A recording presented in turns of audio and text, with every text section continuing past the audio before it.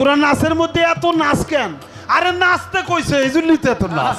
উলাউ জুবিরাব্বিন নাচ, মালিক হিনু নাচ, ইলাহিনু নাচ, মিন শাররিল ওয়াসওয়াসিল খান্নাস, আল্লাযী সুফি সুদুরিন নাস, মিনাল জিন্নাতি ওয়ান নাস, ফি সুদুরিন নাচবার কইছে।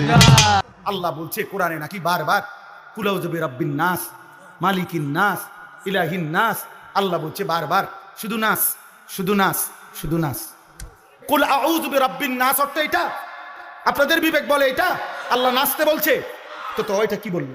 ও কি বললো? এটা এই বেঈমান আবুল সরকার নামে যেই বেঈমান, যেই মুশরিক আল্লাহকে বিদ্রুপ করেছে, এর ফাঁসি, এর ন্যায্য বিচার, এর রাষ্ট্রীয় বিচার বাংলার জমিনে হতেই হবে।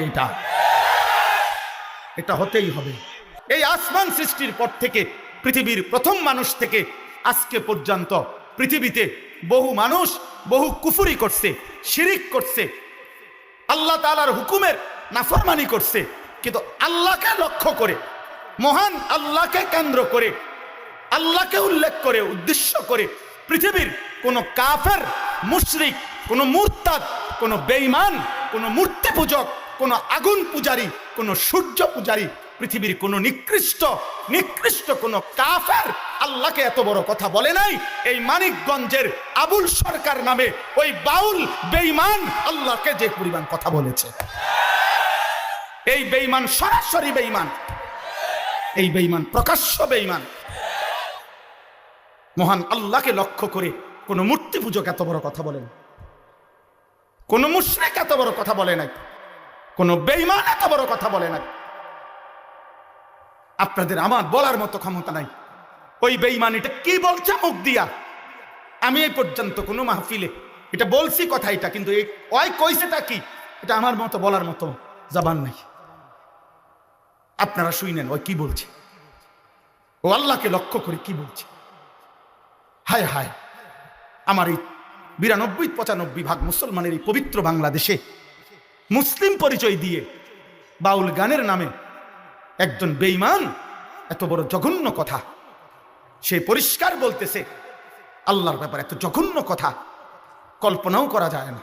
যে ধর্মের নামে, ভক্তির নামে, যেই কোনো নামে, যেই কোনো নামে, যেই কোনো নামে, যেখানে একতারা দোতারা, বেহালা সেতারা, বাদ্য বাজে, গান বাজে, এই বাজনা বাজাইয়া গানের তালে তালে সে যার কথাই বলুক, সৃষ্টিকর্তার কথা বলুক, আর অন্য কথা বলুক, আর নায়িকার কথা বলুক, আর নারীর ভালোবাসার কথাই বলুক, সবটাই হারাম, হারাম, হারাম। এটা হারাম, এটাই হারাম।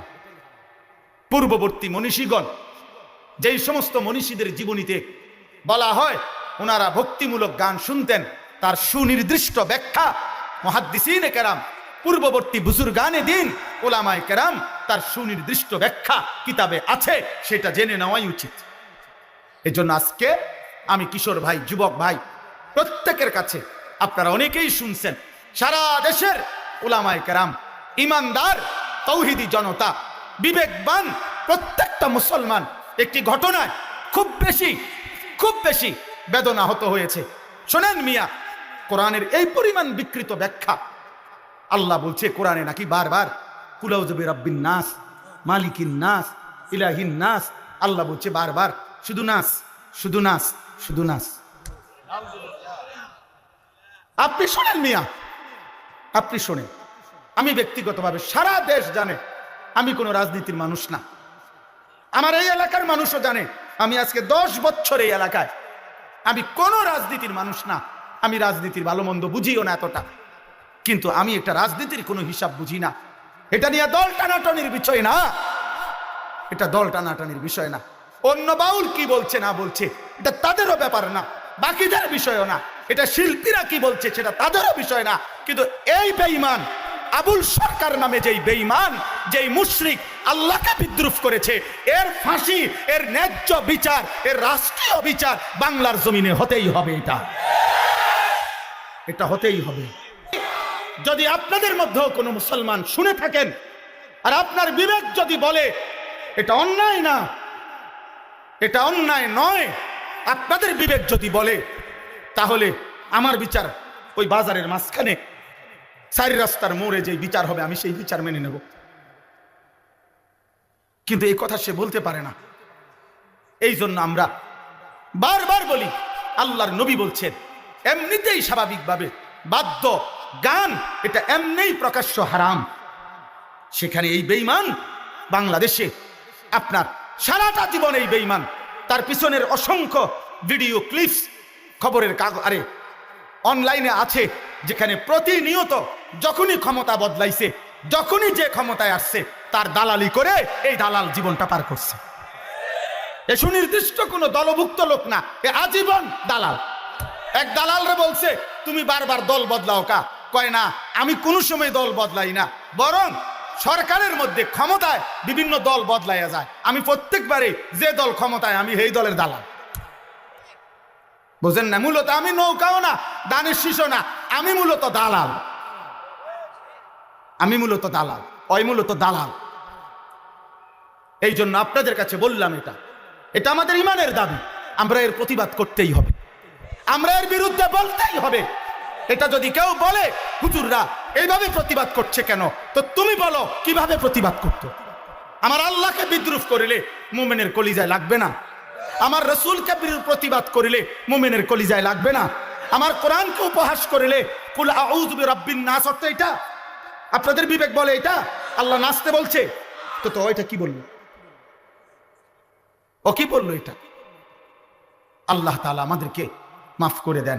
অতএব আমি কিশোর ভাই, যুবক ভাই, আমরা প্রত্যেকের জায়গা থেকে আমরা আজকের এই মাহফিলও এ কথা ঘোষণা করলাম, আমরা এমন নিকৃষ্ট বেঈমানের আমরা সর্বোচ্চ শাস্তি দেশের সর্বোচ্চ প্রশাসনের কাছে জোর দাবি জানালাম। আর আমাদের সমস্ত কিশোর যুবক ভাই, দোস্ত আমার, বন্ধু আমার, নওজোয়ান সাথী আমার অনুরোধ, গান বাদ্য গায়িকা নর্তকী মোবাইলের আসক্তি হাত জোর করে বন্ধু আমার আমি বললাম, আমার প্রিয় ভাই, আমার প্রিয় সন্তান, তুমি ছেড়ে দাও আব্বা, নারী তোমার সুখ দিবে না, মোবাইলের নর্তকী সুখ দেয় না রে বাপ, সিনেমার নর্তকী সুখ দেয় না, রাস্তার বেপর্দা নারীর কাছে সুখের কোনো কিছু নাই, যা ছিল ও তো রাস্তাতেই দেখাই দিছে, অতএব বেপর্দা নারীর কাছে সুখ মিলে না, যন্ত্রণা মিলে। আল্লাহ আমাদেরকে হেফাজত করেন। আজকের এই মাহফিলকে আল্লাহ কবুল করে নেন। আলহামদুলিল্লাহ, যুবকদের আয়োজন মাদ্রাসা, আমি এটা পরে শুনছি, মানে 2 গ্রুপ মিললে একসাথ কইরা আজকের এই মাহফিল, আল্লাহ তাআলা এই বর্ণাঢ্য এই সুন্দর আয়োজনে আল্লাহ ভরপুর বরকত দান করেন।